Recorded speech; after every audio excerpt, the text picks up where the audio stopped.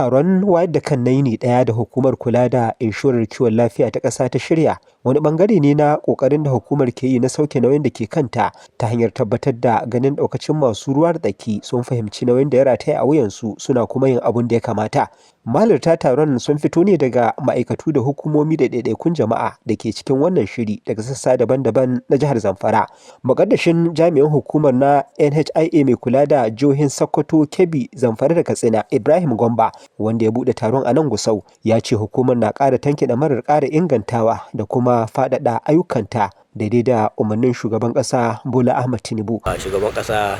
ya ba da darasa cewa kowa dole shi cikin wannan tsari. To mu kuma aikin mu kuma mu je mu dinga faɗakar ma mutane, to educate mu faɗakar da mutane cewa wannan abun fa doka ce a ƙasa. An gabatar da makalu daban-daban a wajen taron waɗanda akasari suka ba da fifiko kan bayanai game da nau'ukan inshorar kiwon lafiya daban-daban, haƙoƙan waɗanda suka yi rijista da su da kuma wasu sabbin ababe da hukumar ta bullo da su don ƙara inganta wannan tsari. Wannan kuma ya haɗa da sanya calwata da suka shafi tarin fuka da sida, kazalika da kula da lafiyar mata masu juna biyu marasa galihu kyauta. Ko da an ce maka babu magani, ai ba responsibility ɗinka ba ne ka je ka saya magani da kuɗinka. Ai su ne ya kamata ce sun baka wannan magani, saboda in ba su da, in ba su ce maka a je ka saya, to idan ka je ka saya da wannan prescription sheet ɗin da wannan receipt of payment da kai a pharmacy,